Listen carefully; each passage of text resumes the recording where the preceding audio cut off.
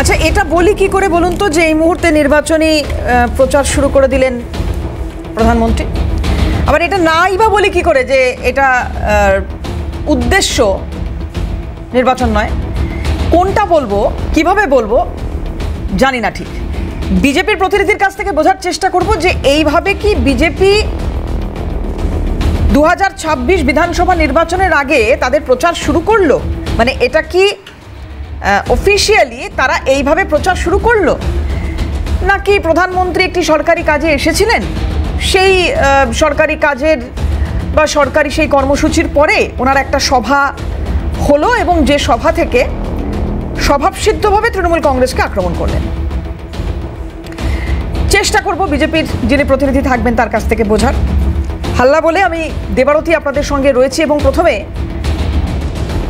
আমরা এই মুহূর্তে আমি বা আপনারা যারা ক্যামেরার ওপারে রয়েছেন তাদের জন্য একটু শুনবো, একটু দেখাবো যে প্রধানমন্ত্রী অনেক কিছু তো বলেছেন আজকে, খুব লিমিটেড এবং খুব ছোট একটা অংশ প্রধানমন্ত্রীর বক্তব্যের একটু শোনাবো আপনাদের। কেন এই বক্তব্যটা আমরা বাঁচছি?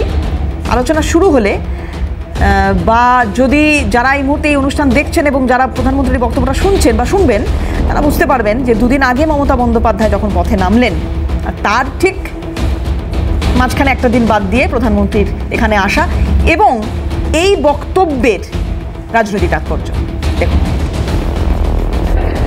ये भाजपा सरकार है जिसने बांग्ला को शास्त्रीय भाषा का दर्जा दिया। पश्चिम बंगाल में क्या हो रहा है?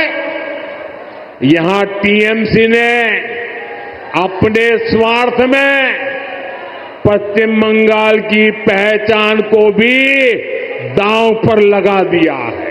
इसके लिए यहां घुसपैठ को बढ़ावा दिया जा रहा है, घुसपैठियों के फर्जी कागज बनाए जा रहे हैं। इसका एक पूरा इकोसिस्टम यहां डेवलप किया गया है। ये पश्चिम बंगाल की देश की सुरक्षा के लिए खतरा है, ये बांग्ला संस्कृति के लिए खतरा है। लेकिन तुष्टीकरण के लिए टीएमसी हर हद पार कर रही है।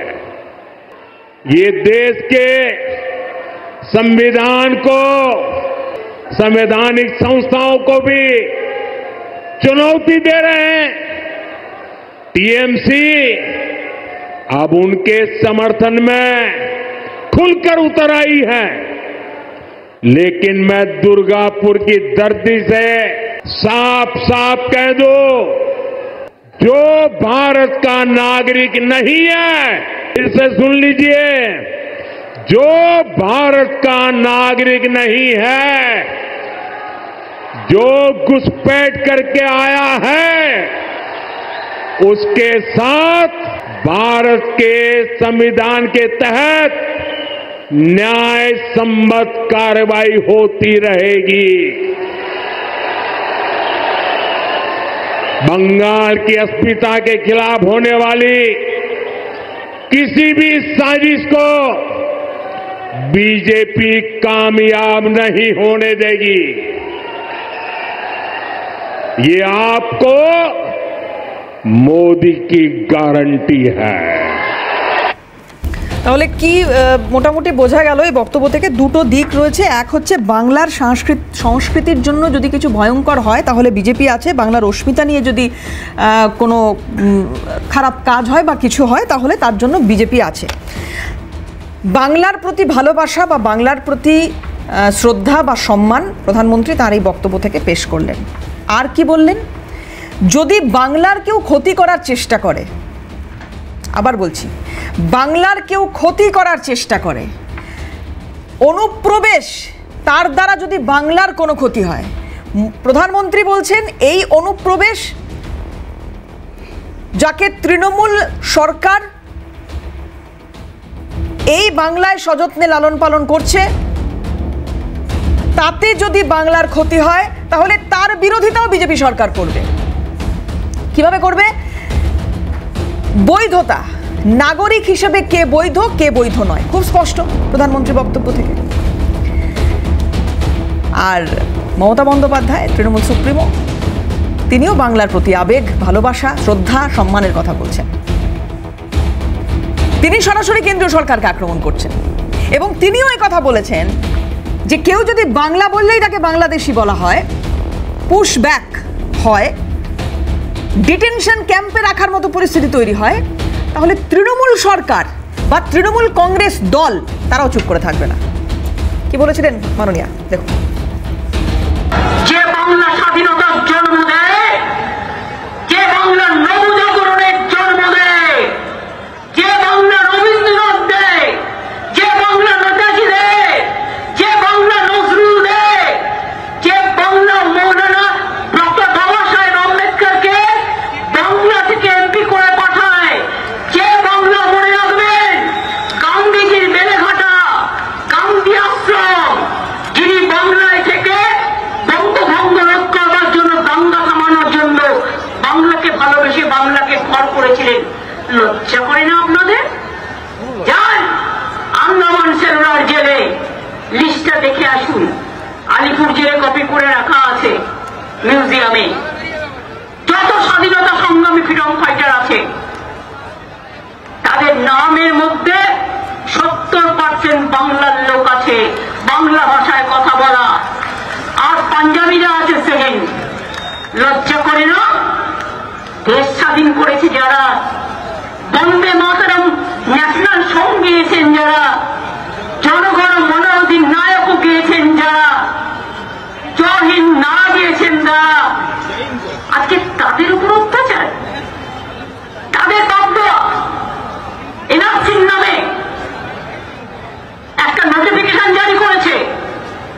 আমি দেখলাম নোটিফিকেশনটা ফেব্রুয়ারি মাসে।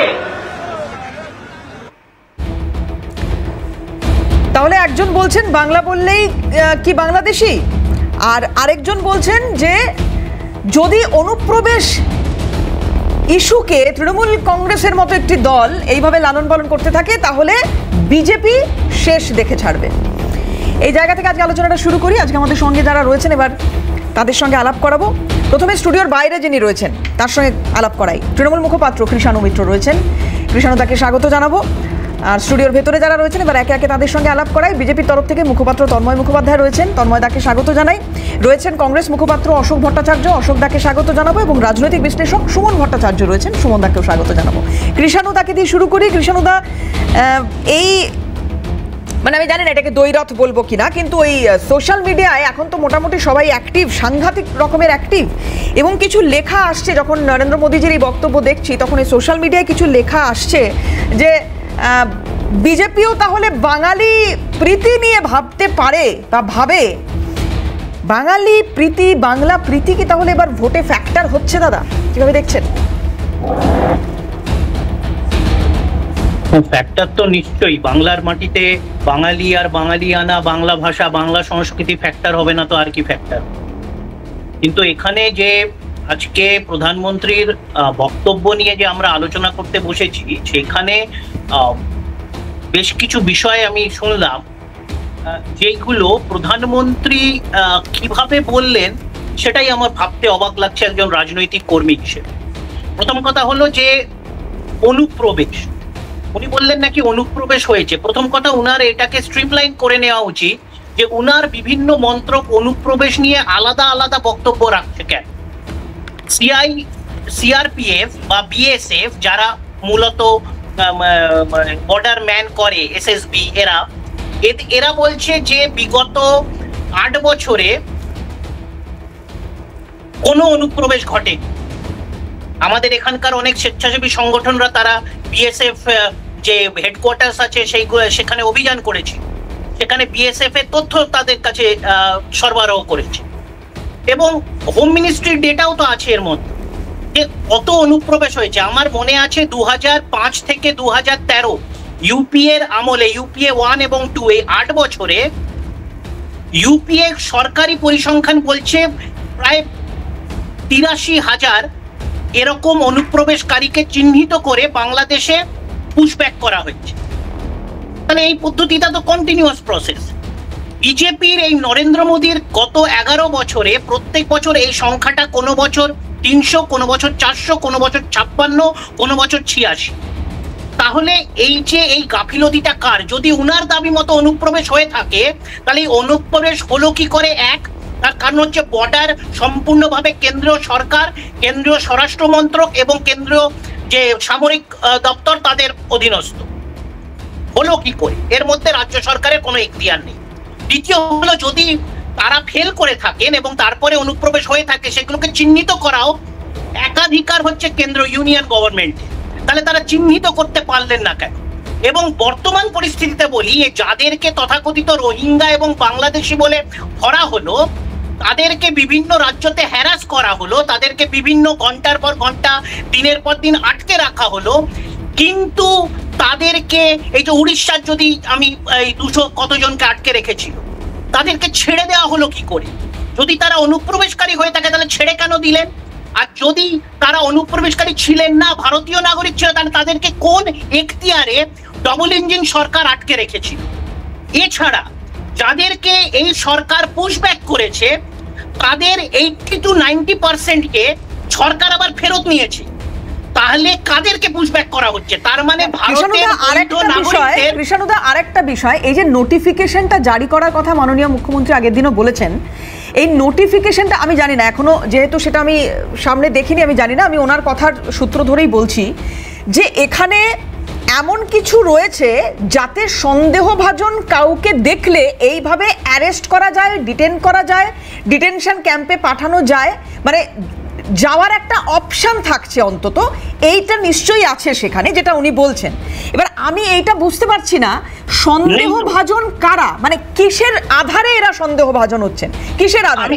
বলা হচ্ছে, আমি যদি হাইকোর্টের এই দুদিন আগে যেটা হাইকোর্টে যে পর্যবেক্ষণ সামনে এসেছে সেইখানে, বা যে শুনানিটা চলেছে সেখানেও যেটা সামনে এসেছে, যে পেহেলগাঁও পরবর্তী পরিস্থিতিতে গোটা দেশ জুড়েই সন্দেহভাজন কেউ বা কারা যদি মনে হয় থাকে, তাহলে তাদের ক্ষেত্রে এরকম একটা ব্যবস্থা করার কথা সরকার ভেবেছে। খুব ভালো কথা। কিন্তু আবার আমি বলছি, আমি দুদিন আগেও অনুষ্ঠানে একই প্রশ্ন তুলেছিলাম কৃষ্ণদা, আপনার কাছে আমি আবারও আজকে একই প্রশ্ন রাখছি। পেহেলগাঁওয়ে যারা ওই ঘটনা ঘটিয়ে গিয়েছিল, 4 না 6 সেটারই কনফার্মেশন নেই। তারা কোথায় এখনো আমরা কেউ জানি না। সেই জঙ্গি এখানে আছে না পালিয়ে গিয়েছে অন্য কোথাও, তাও জানি না। বাংলা বা বাংলাদেশি যোগ আছে কিনা সেটা হয়তো কেন্দ্রীয় সরকার বলতে পারবেন, কিন্তু তারপরে একটা প্রমাণ তো লাগবে।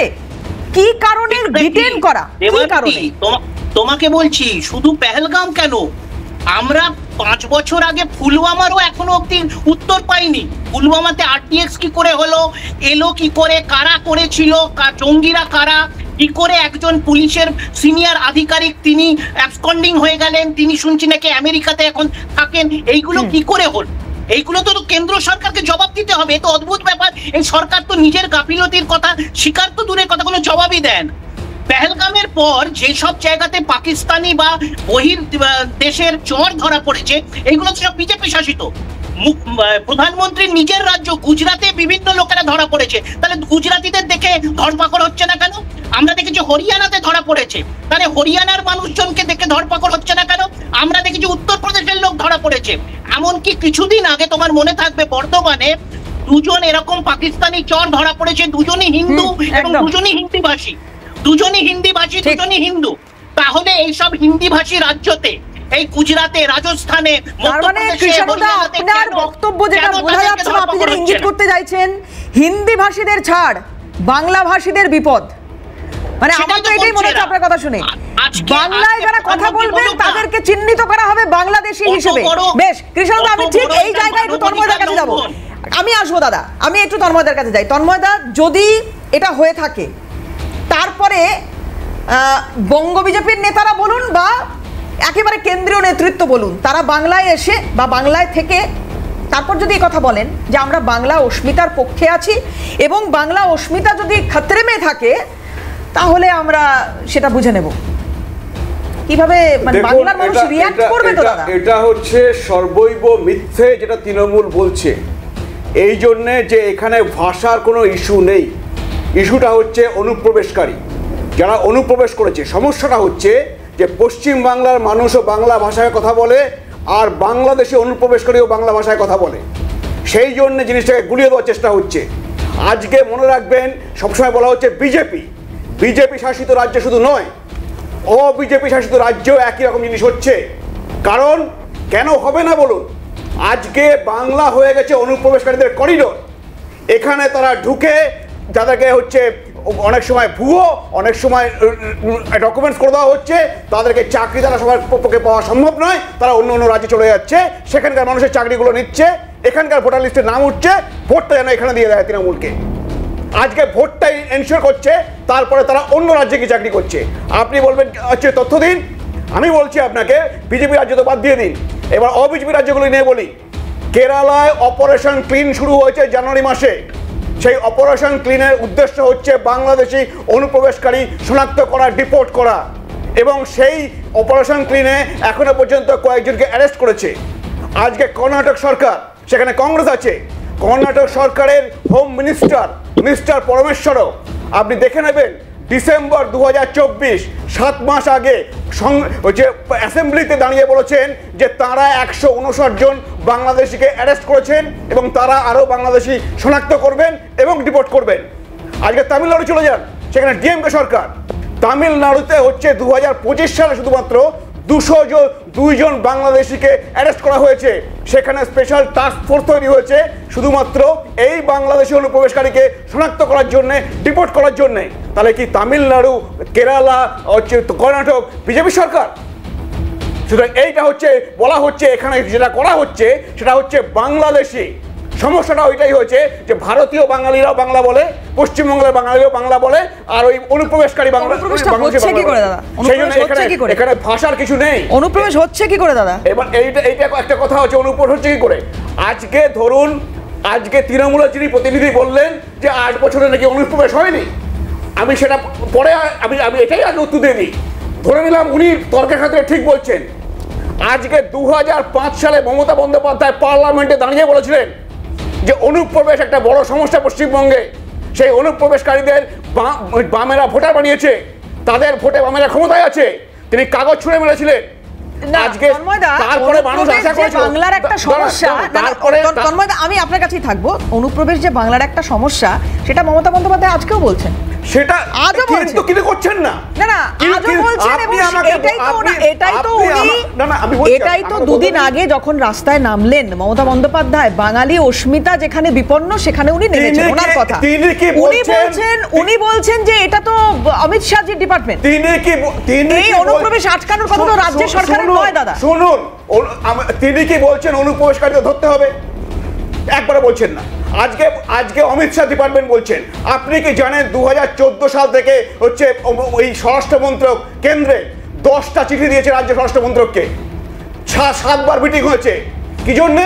যে জমি দিতে হবে, না হলে ফেন্সিং করা যাচ্ছে না, বর্ডারকে সিল করা যাচ্ছে না। সেই জমি এখনো পর্যন্ত আসেনি। ও সাম্প্রতিককালে শোনা যাচ্ছে নাকি জমি দেওয়া হয়েছে, এই হচ্ছে 2-3 সপ্তাহ আগে। তাহলে এই 7টা মিটিং, 10টা চিঠি দেওয়ার পরেও ও আসলো না। এবার আমি ধরে নিলাম, ধরুন বিএসএফ ভালো করে কাজ করেনি, সেটা তো বলতে চাইছেন? তাহলে বিএসএফ যদি ভালো করে কাজ না করে, রাজ্যের পুলিশ কি নেই? আমরা কি তার জন্য অসুরক্ষিত থাকবো? রাজ্যের পুলিশ কি করবে? আজকে ফরেনার্স অ্যাক্টে কারা কাজ করে? ফরেনার্স অ্যাক্ট ইমপ্লিমেন্ট করার দায়িত্ব হচ্ছে রাজ্য প্রশাসনের। আজকে এখানে শুনতে পাচ্ছেন না আপনি বারাসাতে কি বলছেন? জাকির তাকে বলে দাও বাংলাদেশিদের সমস্ত ভালো করে যত্ন করে ভোটার লিস্টে ঢুকে দেবে। আপনি জেনে রাখবেন, এই জায়গায় জায়গায় এরকম জাকিরদা রয়েছে। এই জাকিরদারা হচ্ছে বাংলাদেশিদের ওই ডকুমেন্টস তৈরি করে দেয়, রেসিডেন্স পারমিট করে দেয়, ভোটার লিস্টের নাম তুলে দেয়। বিষ্ণুদের জন্মদিনের কথা আজকে প্রধানমন্ত্রী উল্লেখ করছেন। তার কবিতার একটা লাইনও শোনা গেল প্রধানমন্ত্রীর গলায়। আমি অশোকদের কাছে আসবো। অশোকদা, বাঙালি ভোট আমি ছেড়ে দিলাম, বাংলার উন্নয়নে মানুষকে পাশে পাওয়ার জন্য যে বার্তাগুলো আজকে প্রধানমন্ত্রী দিয়েছেন, তাতে মনে হচ্ছে যে মানে বাংলার কংগ্রেস, বাংলার সিপিএম, বাংলার তৃণমূল, এই যে 3টে রাজনৈতিক দল, আমি বাংলাটা ইচ্ছে করেই ব্যবহার করছি, সেই বাংলার বিজেপি এটা কি হতে পেরেছে নাকি আগামী দিনে পারবে? কি মনে হচ্ছে? দেখুন, ব্যাপারটা হচ্ছে আপনি যাকে নিয়ে কথা বলছেন তিনি ভোট আসলে পশ্চিমবঙ্গে চলে এসে কখনো রবীন্দ্রনাথ সাজেন। ভোট এলে তো রাহুল গান্ধী আসেনি, ভোট এলেও আসেন। আমার কথাটা একটু শেষ করতে দিন। রাহুল গান্ধী আর মোদি যদি এক হয়ে যেত তাহলে কি এখানে বসে থাকতাম আমরা? কাকে উপরে রাখছে? হবে না, কারণ রাহুল গান্ধী গান্ধী আর মোদি গডসে, এই লড়াই চিরকালের। আচ্ছা, এবার কথাটা হচ্ছে এই জায়গাটাতে যে উনি কখনো বাংলায় চলে এসে রবীন্দ্রনাথ সাজেন, ওনার যদি মনে হয়ে থাকে যে তেলেঙ্গানায় ভোট জিততে হবে, পরে গিয়ে ভারবারাও সাজবেন, আবার এখানে এসে কখনো বিষ্ণু দিয়ে আওড়াবেন। কিন্তু আমার কথাটা খুব স্পষ্ট জায়গায় যে বাংলা এবং বাঙালি সব কিছু নির্বিশেষে একজনকে হিরো মানি আমরা, তার নাম নেতাজি সুভাষচন্দ্র বসু। সেই নেতাজির মস্তিষ্কপ্রসূত প্ল্যানিং কমিশনকে যিনি বিলুপ্ত করে দিলেন ক্ষমতায় আসার পরে, তার কাছ থেকে আজকে বাংলা আর বাঙালিকে সম্মানের কথা আমাদের এখানে শুনতে হবে। এত দীনতা বাংলা এবং বাঙালির আসল। 2 নম্বর কথাটা হচ্ছে, আমি আপনাদের প্রতিবেদনে এইমাত্র দেখছিলাম যে মোদি কি গ্যারান্টি হ্যাঁ। এখন প্রশ্ন হচ্ছে, মানুষকে কত ঠকাবেন, কতবার ঠকাবেন, কতভাবে ঠকাবেন? বছরে 2 লক্ষ বেকারের চাকরির গ্যারান্টি, মোদি কি গ্যারান্টি ছিল? আমার কথা নয়, মোদিজি গ্যারান্টি দিয়েছিলেন। এই মোদিজির গ্যারান্টি কি ছিল? নোটবন্দির পরে মাত্র 50 দিন আমাকে সময় দিন। 50 দিন কেন, আজকে এতগুলো বছর কেটে গেল, দগদগে ঘা অপরিকল্পিত নোটবন্দি। মোদি কি গ্যারান্টি ছিল? মোদিজির গ্যারান্টি ছিল বিদেশ থেকে কালো ধন নিয়ে আসবেন এবং সেই সম্পদ ডিস্ট্রিবিউট করবেন ভারতবর্ষের মানুষকে। মোদিজির গ্যারান্টি ছিল। মোদিজির গ্যারান্টি ছিল এই দেশে সাধারণ মানুষ, তাদের শাসন প্রতিষ্ঠিত হবে। আর আমরা দেখলাম যে মাত্র কয়েকজন বৃহৎ পুঁজিপতির হাতে আজকে এদেশের সম্পদের একটা বড় অংশ চলে গেছে। মোদিজির গ্যারান্টি ছিল। আর কতভাবে মানুষকে তুমি ভুল বোঝাবেন বলুন? আজকে উনি এত বড় বড় কথা এখানে দাঁড়িয়ে বলছিলেন, দুর্গাপুরে দাঁড়িয়ে তৃণমূলের দুর্নীতির বিরুদ্ধে, তৃণমূলের নারী নির্যাতন এই সরকারের তার বিরুদ্ধে। আচ্ছা, একটা বারও তো দেশের প্রধানমন্ত্রী, শুধু তো বিজেপির নয়, হাতরাস উন্নাও সম্পর্কে প্রধানমন্ত্রী মোদির মুখে আজ অবধি একটা শব্দ কেউ শুনতে পেরেছি আমরা? বেশি দিনের কথা নয়, মাত্র কয়েকদিন আগে ওড়িশায় যে ঘটনা ঘটলো, একটা কোনো শব্দ পারি। আচ্ছা বলুন তো, এই প্রশ্ন আজকে উঠবে না যে সিবিআই আর ইডি মানে মোদিজি না বললে তারা এদিক করবে না ওদিক করবে না? সেই সিবিআই আর ইডি আজ পর্যন্ত এ রাজ্যে তৃণমূলের বিরুদ্ধে ওঠা কোনো দুর্নীতির কিনারা কেন করতে পারল না? কেন আরজি করের নির্যাতিতার পরিবার আজ পর্যন্ত সিবিআইয়ের অপদার্থতার ফলে সুবিচার পেলেন না? কোন কারণে আড়াল করার চেষ্টা, কোন কারণে শিক্ষা নিয়োগ দুর্নীতির কিনারা করতে পারল না সিবিআই? কোন কারণে নারদার তদন্তের কিনারা আজ পর্যন্ত করতে পারল না মোদিজির সিবিআই? উনি দুর্নীতির বিরুদ্ধে কথা বলবেন, বাংলায় এসে বাংলার মানুষকে শুনতে হবে। ভোট এসে গেছে, তাই মোদিজির এইসব কথাবার্তা চলবে। কিন্তু আমরা খুব স্পষ্টভাবে মোদিজির কাছে জানতে চাই যে আপনি আজকে দাঁড়িয়ে বলুন যে আপনি বলছিলেন দেশপ্রেমের কথা, দেশের সীমান্তের কথা। আপনার সময়, আমি বিজেপি বলবো না, আপনার সময়ে কেন এ দেশে সবথেকে বেশি সেনা মারা গেলেন? উত্তর আছে? কোথা থেকে এত বলছেন এ ঢুকে পড়ছে ও ঢুকে পড়ছে, ঘুষপেট অমুক পেট? আমি জানতে চাইছি পুলওয়ামা কাণ্ডে এত কেজি শয়ে কেজি আরডিএক্স কোন ঘুষপেটে এসছিল? আজ অবধি তার কিনারা কেন করতে পারলেন না? কাকে আড়াল করতে গেছেন? আপনার দলের নেতা, আপনাদের তো করেন এরকম, তাকে আবার রাজ্যপাল বানিয়ে দেন। সত্যপাল মালিককে বানিয়েছিলেন, তো কংগ্রেসের কেউ নয়, এই সত্যপাল মালিক আপনার মুখোশ খুলে দিয়েছেন। সে বিষয়ে আপনি কেন নীরব? আজকে দাঁড়িয়ে এই কথার উত্তর দেওয়ার দরকার। আমি বলছি অশোকদা, বাংলার অস্মিতা নিয়ে যখন কথা হচ্ছে, বাংলার বুকে দাঁড়িয়ে প্রধানমন্ত্রীর বক্তব্য বা কেন্দ্রীয় নেতৃত্ব বলুন, বাংলার বিজেপি নেতৃত্ব বলুন, তাদের গ্রহণযোগ্যতাটা এই মুহূর্তে কোন জায়গায় রয়েছে? আমি আসবো অশোকদা আপনার কাছে, কিন্তু কথা হচ্ছে যে এটা খুব একটা গুরুত্বপূর্ণ জায়গা যে এইটা কি ভোট ফ্যাক্টর হবে আগামী দিনে? বাঙালি অস্মিতা নিয়ে এই মুহূর্তে 2 যুযুধান দল, শাসক এবং মূল বিরোধী বিজেপি, তারা রাস্তায় নামছে, তারা পথে নামছে। কিন্তু এইটাই কি মানে অনেকগুলো ইস্যুজ ইতিমধ্যেই তৈরি হয়েছে। আমরা দেখছি কিছুদিন আগে পর্যন্ত যখন প্যানেল করেছি, যেন প্যানেলিস্টরা এসেছেন, তারা একাধিকবার বলেছেন যে ধর্মীয় মেরুকরণের উপর ভিত্তি করে যদি নির্বাচনে যায় বা যদি নির্বাচন হয়, তাহলে তার থেকে বড় লজ্জার কিছু হবে না। আজকের দিনে দাঁড়িয়ে, আজকের ডেটে দাঁড়িয়ে বাঙালি অস্মিতা নিয়ে কথা হচ্ছে। তাহলে কি এই প্রশ্ন উঠবে? আমি সুমনদার কাছে জানার চেষ্টা করব এটা, যে বাঙালি অস্মিতা ভোট ফ্যাক্টর হতে চলেছে কি আগামী দিনে। কিন্তু সুমনদা, আমি আপনার অনুমতি নিয়ে খুব শার্প একটা ব্রেক নেব, বিরতির পর ফিরে এসে ডাইরেক্ট আপনার কাছে যাব। কি মনে হচ্ছে সুমনদার, একটু বোঝার চেষ্টা করব রাজনৈতিক বিশ্লেষক হিসেবে কোন জায়গায় এই মুহূর্তে রাজ্যটা দাঁড়িয়ে আছে, কি দেখছেন সুমনদা? ফিরে এলাম বিরতির পর, সরাসরি সুমনদার কাছে যাব, সময় নষ্ট না করে। দাদা দেখুন, দুটো বিষয় থেকে দেখতে হবে। এক হচ্ছে যে বাঙালি অস্মিতা ডিভিডেন্ড দেবে কিনা, সেটা আগে আমি আপনাকে একটা জিনিস, আপনি যেটা দিয়ে বুলেটিন শুরু করেছেন সেটা বলার চেষ্টা করি। যদি আপনি ধরে নেন যে নরেন্দ্র মোদীর আজকের সভা 2026-এর ইলেকশনের দামামা বাজিয়ে দেওয়া, তাহলে আমি বলবো সেটা বিজেপির জন্য একটা খুব ভুল স্ট্র্যাটেজি। কেন ভুল স্ট্র্যাটেজি? কারণ 2021 এবং 24-এ মোদী বনাম মমতা, এই যে দ্বৈরথটায়, সেটাই মোদী পিছনে হটেছে, মমতা ব্যানার্জির সাকসেস রেট বেশি। আপনি যদি অন্য রাজ্যের তুলনায় দেখেন, অন্য রাজ্যের তুলনায় পশ্চিমবঙ্গে মোদী সভা করলে তার যে মানে সারাউন্ডিং এলাকা, ধরুন আজকে এখানে দুর্গাপুরে সভা করেছেন, 2021-এ উনি দুর্গাপুরে সভা করেছিলেন, তার আশপাশের বিধানসভা কেন্দ্রগুলি মোদী জিততে পারেননি। ফলে যত এটা মোদী বনাম মমতা হবে, তত মমতা ব্যানার্জির জন্য অ্যাডভান্টেজ। মমতা ব্যানার্জি 2021-24-এর উদাহরণ টানতে পারবেন এবং বারবার বলবেন, দেখো ওদের রাজ্য বিজেপিতে কোনো মুখই নেই। এটা হচ্ছে ফার্স্ট। পলিটিক্যালি আমার মনে হয় আরএসএস যে লাইনটা ধরে এগোচ্ছিল, যে ছোটো ছোটো ব্লকে ব্লকে তৃণমূলকে এক্সপোজ করা, তাদের তো তৃণমূলের অনেক দুর্বলতা ছিল, সেটা থেকে সরে যাওয়াটা ওদের বিগ চেঞ্জ। সেটা কতটা কাজে দেবে আমি জানি না। এবার দ্বিতীয়ত, যদি আপনি বাঙালি অস্মিতার কথা বলেন, আমি যদি শুধুমাত্র বিজেপি মুখপাত্রর কথাটা ধরি, সত্যি তো তামিলনাড়ু থেকে বাংলাদেশি বলে চিহ্নিত করে বা আইডেন্টিফাই করা হচ্ছে, কেরলে করা হচ্ছে, কর্ণাটকে করা হচ্ছে, সেখানে কোনো হইচি হচ্ছে না কেন? কারণ তারা বাংলাদেশি। আর যেখানে আপনি বাংলা ভাষী বলে আইডেন্টিফাই করছেন, তাকে দেখে দিচ্ছেন বাংলাদেশি, সেখানেই সমস্যা।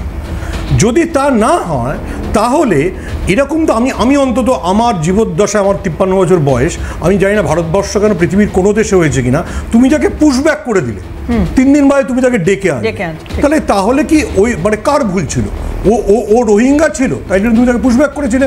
আবার তুমি যখন তাকে ডেকে আনছো, তাহলে কি রোহিঙ্গাদের তুমি অমিত শাহ বিএসএফ ফেরত আনছে? No answer.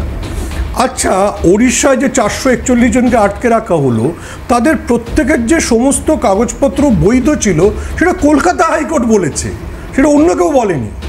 সো আপনি মানে আবার বলছি, মানে বিজেপি ইজ গোয়িং ইনটু তৃণমূলের ট্র্যাপ, যে যত নরেন্দ্র মোদী বাঙালি অস্মিতার কথা বলবেন, উনি তো শুধু একটা বিষ্ণুদের কবিতা আবৃত্তি করবেন। এবার তৃণমূলের লোকজনরা, ব্রাত্য বসু, কুণাল ঘোষরা তো সুনীল গঙ্গোপাধ্যায় থেকে শুরু করে সবার কবিতা আবৃত্তি করবেন। সেই দায় যদি শুভেন্দু অধিকারীদের ঘাড়ে গিয়ে চাপে, যে সভাতে গিয়ে বাংলা কবিতা আবৃত্তি করা অথবা বাংলা সিনেমার সংলাপ বলা, তাহলে কি ট্র্যাজেডি হয়ে যায়। সো ইউ আর গোয়িং, দেখুন পলিটিক্সে সবসময় বলা হয় যে ইউ ক্রিয়েট এ ট্র্যাপ। আমার মনে হচ্ছে, মানে এটা অবশ্যই দেখুন, রাজনীতির ছাত্র হিসেবে আমার ধারণা, ওনার ওই ট্রাম্প বলতে বলতে, তারপর ট্রাম্প আসিফ মুনিরকে ডেকে একদম হোয়াইট হাউসে দাওয়াত খাওয়ানোর পর থেকে নরেন্দ্র মোদী একটু কেমন হয়ে গেছেন। ওনার পুরো ফরেন পলিসি চেঞ্জ হয়ে গেছে, ব্রিক্সে চলে গেছেন, আর বিজেপির লোকরা চীনকে গালাগাল দিচ্ছে না, জয়শঙ্কর নিজে চীনে চলে গেছেন, এভরিথিং হ্যাজ চেঞ্জ। এবং সেই চেঞ্জে উনি তৃণমূলের ট্র্যাপে ঢুকছেন।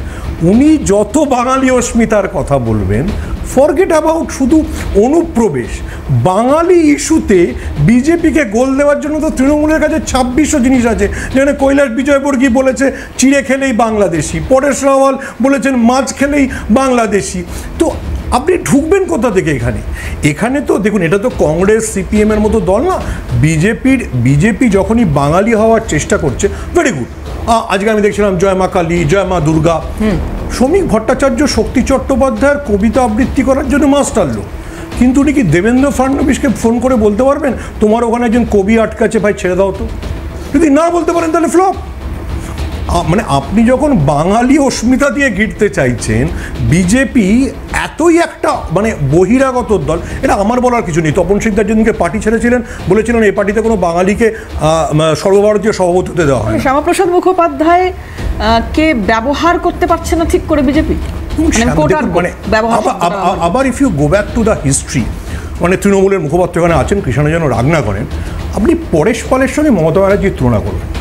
এই কারণে বললাম, ওই 1940-এর রাজনীতিতে শ্যামাপ্রসাদ আর নেতাজি, পরেশ পাল আর মমতা ব্যানার্জি। ফলে আপনার অপোজিটে যদি নেতাজি সুভাষ বোস থাকে, আপনি শ্যামাপ্রসাদকে দিয়ে পুশ করবেন কী করে? আমি আশা করছি কৃষাণু রাগ করবে না, পরেশদাও আমার উপর রাগ করবে না, ইলিশ খাওয়াবে পরেশদা। তো দ্য প্রবলেম ইজ আপনি শ্যামাপ্রসাদ আর নেতাজি সুভাষচন্দ্র, মানে আপনি ভুলে যাচ্ছেন যে মানে বিজেপির লোকরা ভুলে যায় বা বলে না যে শ্যামাপ্রসাদ মারা যাওয়ার পর সাউথ ক্যালকাটায় জনসংঘ থার্ড হয়েছিল, নট ইভেন মানে সেকেন্ড, থার্ড হয়েছিল। তো আপনাকে ভুল তো মানে বিজেপির প্রবলেম হচ্ছে they don't read history. Shyama Prasad মন্ত্রী হয়েছিলেন কারণ গান্ধীজি চেয়েছিলেন। ইফ ইউ রিড ভালো করে, মানে যদি কেউ একবার ভালো করে ওই সময় জগজীবন রামের লেখা পড়েন যে কেন আম্বেদকরকে মন্ত্রী করা হয়েছিল, কেন শ্যামাপ্রসাদকে মন্ত্রী করা হয়েছিল, it was only because of Gandhi requested Jawaharlal Nehru. তো আপনি যদি সেই গোটা পরে, আবার আমি বলছি, you are walking into a trap, যেখানে মানে তৃণমূল বা কংগ্রেসও চুপচাপ বসে আছে। কিন্তু দেখুন, শুভঙ্কর সরকার অন্তত তো 6টা বাংলা কবিতা আবৃত্তি করে দেবে। আপনি ভাবুন যে শুভেন্দু অধিকারী আর দিলীপ ঘোষ, সুনীল গঙ্গোপাধ্যায় এবং সত্যজিৎ রায় নিয়ে আলোচনা করছে।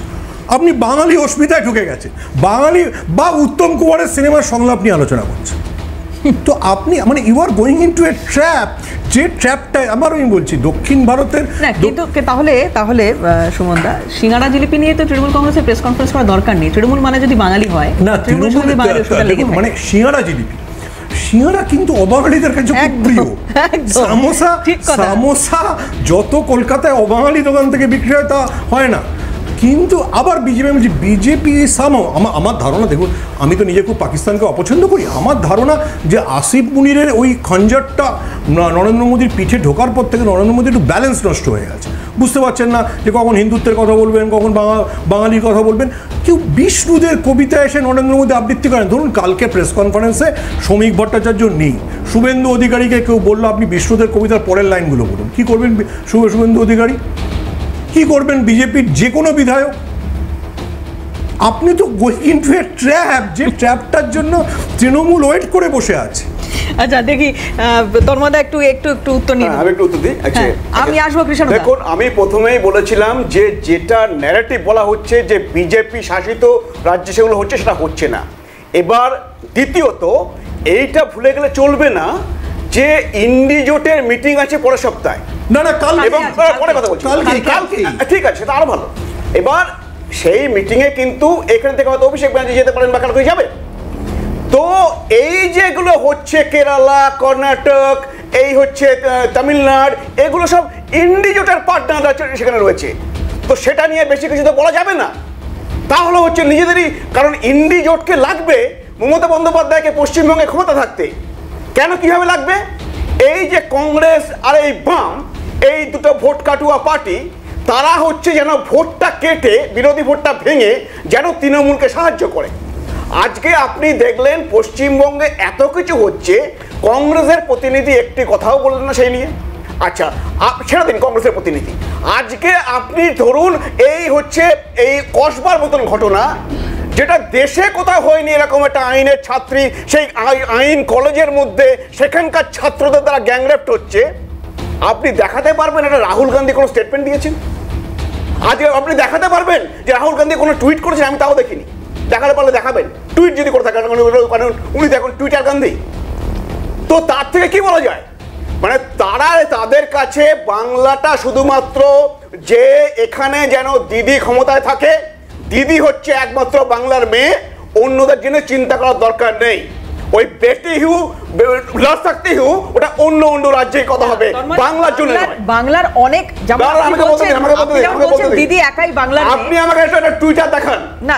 আজকে অত বড় ঘটনার পরে আজকে কংগ্রেসের এমন অবস্থা, আজকে এই হচ্ছে তৃণমূলের সাথে বি টিম করে দালালি করা পশ্চিমবঙ্গে,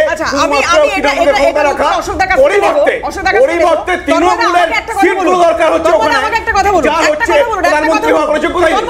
একটা কথা বলুন, আপনি বলছেন দিদি এটা দেখানোর চেষ্টা করছে যে বাংলার মেয়ে উনি। আমি তো মানে এটাতে তো কারোর কোনো আপত্তি নেই যে বাংলার কোনো ছেলে যিনি বিজেপি করছেন তিনি মুখ হয়ে আসুন, থাকুন। আচ্ছা আপনি সরকার গড়ুক, বিজেপি সরকার গড়ুক। আপনি জানেন না আমাদেরকে দিল্লিতে কোনো মুখ ছিল? বিজেপি পার্টি এরকমই চলে। আজকে আমাদের মধ্যপ্রদেশে কোনো মুখ ছিল? আজকে আমাদের রাজস্থানে কোনো মুখ ছিল? মানুষ বিশ্বাস করে বিজেপিকে এইভাবে যে বিজেপি একটা জাতীয়তাবাদী দল, তাদের কাছে দেশই প্রথম, তারা যেটাই যাকেই দিক সে সেইভাবে। খুব ভালো কথা, আমি বুঝলাম তন্ময়দা যখন এটা পরীক্ষিত, তন্ময়দা যখন এটা পরীক্ষিত, এক মিনিট তন্ময়দা, আমি আপনার কাছে থাকবো, যখন এটা পরীক্ষিত যে মুখ ছাড়া অন্য যেখানে যা খুশি করা যায় বাংলায় করা যায় না, তাহলে কেন মুখ নির্বাচন করে আপনারা নির্বাচনে নামছেন না? কে বলছেন পরীক্ষিত? পরীক্ষিত নয়, এটা পরীক্ষিত নয়। দাঁড়ান বলুন সেটা কেন পরীক্ষিত? 3টে সিট ছিল 2016 সালে, 77 হয়েছে 2021 সালে। বলুন তো তৃণমূল কবে পেয়েছে এখন? তারপরে আচ্ছা তারপরে এখনো তো হয়নি। না তারপরে বলুন, এবার 77 থেকে এখন কোথায় সেটা বলুন। আচ্ছা সেটা তো হচ্ছে পরে কথা হচ্ছে, 19 থেকে 24 এগুলো বলুন দাদা। বলে কয়েকজন সরে গেছে, কিন্তু আপনি ভোট পার্সেন্টেজ দেখুন, আজকে ভোট দেখুন 38 থেকে 40% কনসিস্টেন্টলি ভোট পেয়েছে। সেই পার্সেন্টেজ এখনো আছে আপনি বলছেন? 2026 সেই পার্সেন্টেজ থাকবে বিজেপি? আজকে তৃণমূলের যাওয়ার সময় এসে গেছে। মমতা বন্দ্যোপাধ্যায় আজকে এই জন্য দুঃস্বপ্ন দেখছেন বারবার বিজেপি, কারণ এই জন্য উনি জানেন হচ্ছে আর বেশি দিন নেই। আচ্ছা, মমতা বন্দ্যোপাধ্যায় দুঃস্বপ্ন দেখছেন। আজকে আমাকে বলুন যে আমাদের এই 2024 দুটো বিষয়, তন্ময়দা আমি একটু বিরত করি আপনাকে। দুটো বিষয় দাদা প্লিজ, আমি বুঝতে পেরেছি, আমাদের সময় তো খুব সংক্ষিপ্ত, সবাইকে বলতে দিতে হবে। আমি আসবো তন্ময়দা, আসবো দাদা আসবো। বাংলার বাঙালি নিয়ে এত অসুবিধা, কীর্তি আজাদকে কেন আনতে হলো বাংলায়? বলুন তো, ইউসুফ পাঠানকে কেন আনতে হলো বাংলায় গুজরাটি? বলুন তো দেখি। উত্তর নেব তো। আপনি যে প্রশ্নগুলো তুলছেন আমি ডেফিনেটলি কৃষাণুদার কাছে যাব, উত্তর নেব। দাদা একটা ব্রেক নি খুব দ্রুত 3টে বিষয় আমি কৃষাণুদার কাছে যাব। ইন্ডিজোটকে লাগবে মমতা বন্দ্যোপাধ্যায়, ক্ষমতায় টিকে থাকতে গেলে মমতা বন্দ্যোপাধ্যায় ভয় পাচ্ছেন। বিজেপি এই মুহূর্তে যা সংগঠন রয়েছে বা উত্থান ইত্যাদি, যেটা দাদা বলছেন, তন্ময়দা বলছেন, আর ইউসুফ পাঠান, কীর্তি আজাদ প্রসঙ্গ তুলেছেন। কৃষাণুদা খুব সংক্ষেপে উত্তর চাইবো দাদা। এটা তো আমাদের স্বাধীনতার পরও তো বাবা সাহেব আম্বেদকর বাংলা থেকে নির্বাচিত হয়ে গেছে। আর যদি প্রান্তিক মুসলিম প্রতিনিধি গুজরাটের মাটি থেকে নির্বাচিত না হতে পারে বিজেপির বদান্যতায়, তাহলে তাদেরকে বাংলার মাটি থেকে যদি আমরা প্রতিনিধিত্ব দিয়ে থাকি, অন্যায়টা কোথায় করেছি? দেশ তো সকলে। আর এখানে যে মিথ্যাচারগুলো করা হচ্ছে, অম্লান বদলে প্রধানমন্ত্রী আজকে সেই জিনিসটা করলেন। আমি তো বললাম আজকে বাংলাদেশি চিহ্নিত করে তাদেরকে ফেরত পাঠানো নিয়ে তো আমাদের কোনো আপত্তি নেই। তাই জন্য আমি পরিসংখ্যান দিলাম যে আমার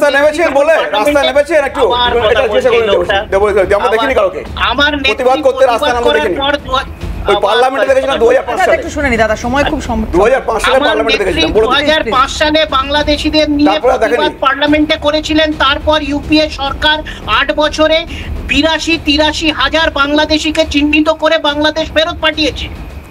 বিজেপি 11 বছরে এখন অব্দি 10,000কে ফেরত পাঠাতে 2016 সালে পার্লামেন্টে বলেছেন 2 কোটি বাংলাদেশি আছে, আর নয় বাংলাদেশিদের চিহ্নিত করে ফেরত পাঠাতে পারেনি এরা। তো ব্যর্থতা তো স্বীকার করতে হবে। আর দ্বিতীয় কথা হচ্ছে যে পুলওয়ামাতে বা পেহেলগাঁওতে এরা কোথা থেকে ঢুকেছিল? এরা কি বাংলাদেশ বর্ডার থেকে ঢুকেছিল? সেই ব্যর্থতা কার? পুলওয়ামা হোক, পেহেলগাঁও হোক, সেই জঙ্গিগুলো সেই মাটিতে ঢুকলো কোথা থেকে এবং আবার ফেরত কোথায় চলে গেল? তাহলে সেই বর্ডার তো ফেন্সিং আছে।